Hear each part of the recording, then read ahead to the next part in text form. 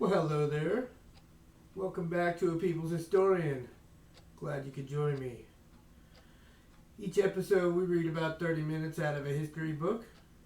If you enjoy what you hear, please hit that like and subscribe button and that notification bell so that you are updated when I make a new video. And also YouTube is known to unsubscribe people, and that'll keep you in the loop. We are reading Chapter 20 of A People's History of the United States by Howard Zinn, about the 70's, and we're probably going to finish up the chapter. It's probably going to be a short one, so let's dig in. As the United States prepared in 1976 to celebrate the bicentennial of the Declaration of Independence, a group of intellectuals and political leaders from Japan, the United States, and Western Europe, organized into the Trilateral Commission, issued a report. It was entitled "The Governability of Democracies." Samuel Huntington, a political science professor at Harvard University and longtime consultant to the White House on the war in Vietnam, wrote the part of the report that dealt with the United States. He called it "the democratic distemper" and identified the problem he was about to discuss. The 1960s witnessed a dramatic upsurge of democratic fervor in America. In the 60s, Huntington wrote, there was a huge growth of citizen participation in the forms of marches, demonstrations, protest movements, and cause organizations. There were also markedly higher levels of self-consciousness on the part of blacks, Indians, Chicanos, white ethnic groups, students, and women, all of whom became mobilized and organized in new ways. There was a marked expansion of white-collar unionism, and all this added up to a reassertion of equality as a goal in social, economic, and political life. Huntington pointed to the signs of decreasing government authority. The great demands in the 60s for equality had transformed the federal budget. In 1960, foreign affairs spending was 53.7% of the budget, and social spending was 22.3%. But by 1974, foreign affairs took 33% and social spending 31%. So it can be done. Keep fighting.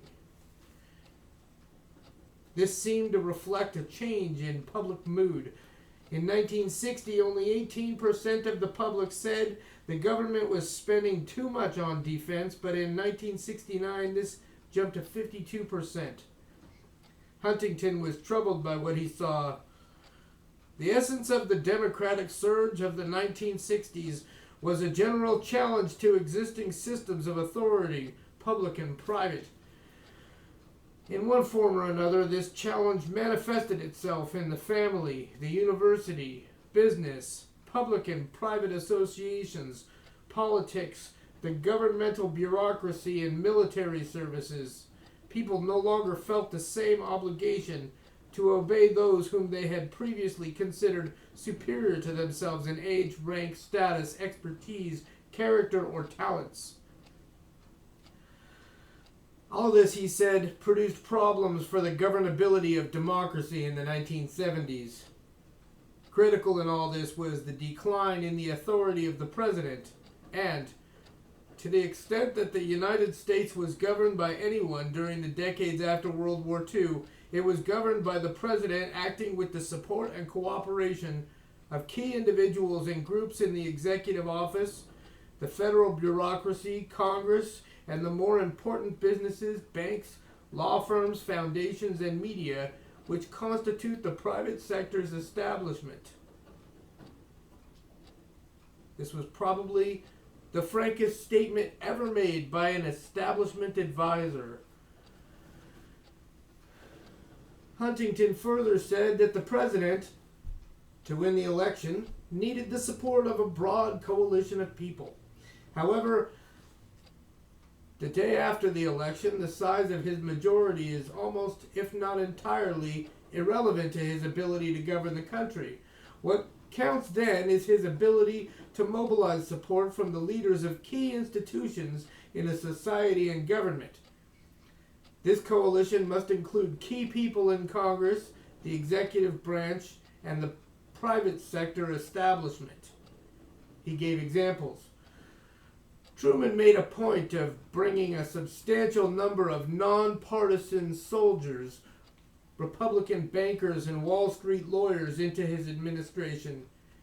He went to the existing sources of power in the country to get help he needed in ruling the country. Eisenhower, in part, inherited this coalition and was in part almost its creation.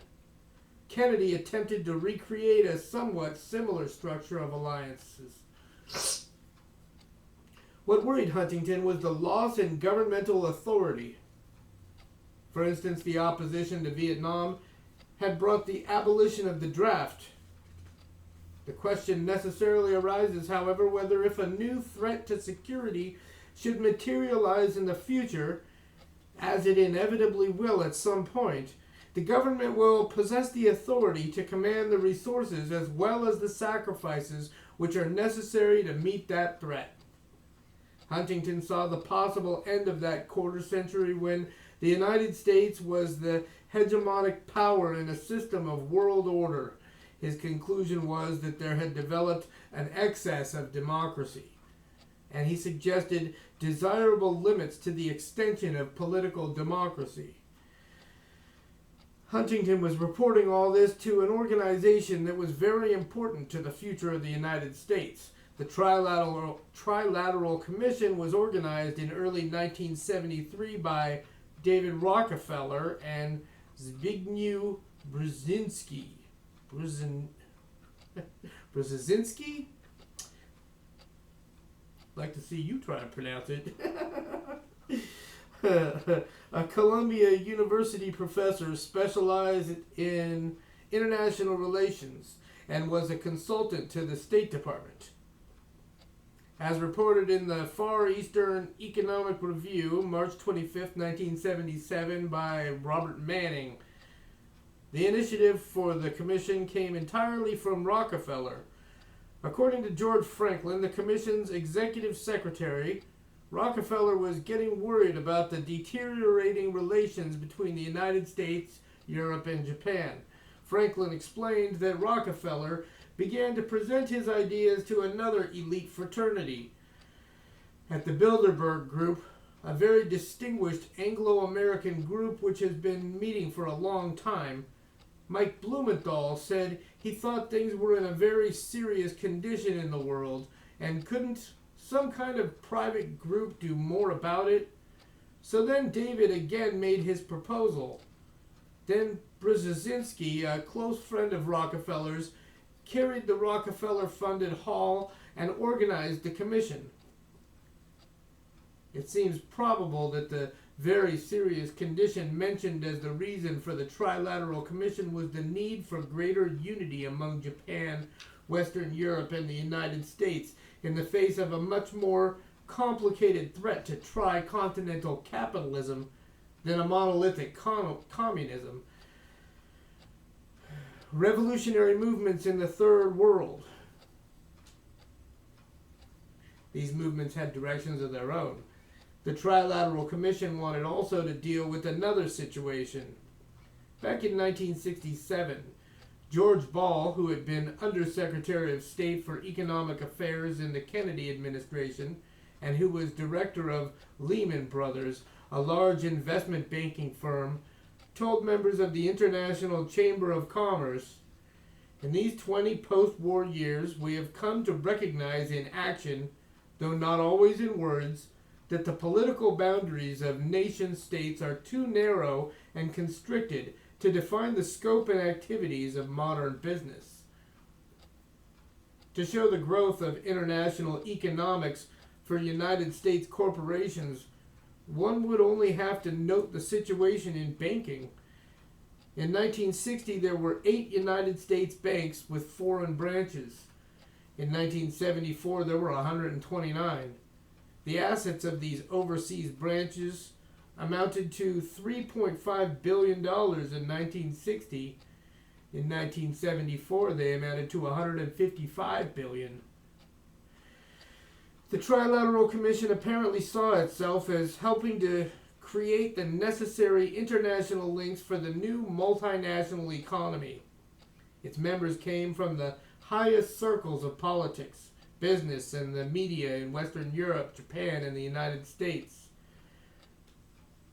They were from Chase Manhattan, Lehman Brothers, Bank of America, Banque de Paris, Lloyd's of London, Bank of Tokyo, etc. Oil, steel, auto, aeronautic, and electrical industries were represented. Other members were from Time Magazine, the Washington Post, the Columbia Broadcasting System, Die Zeit, the Japan Times, the Economist of London, and more.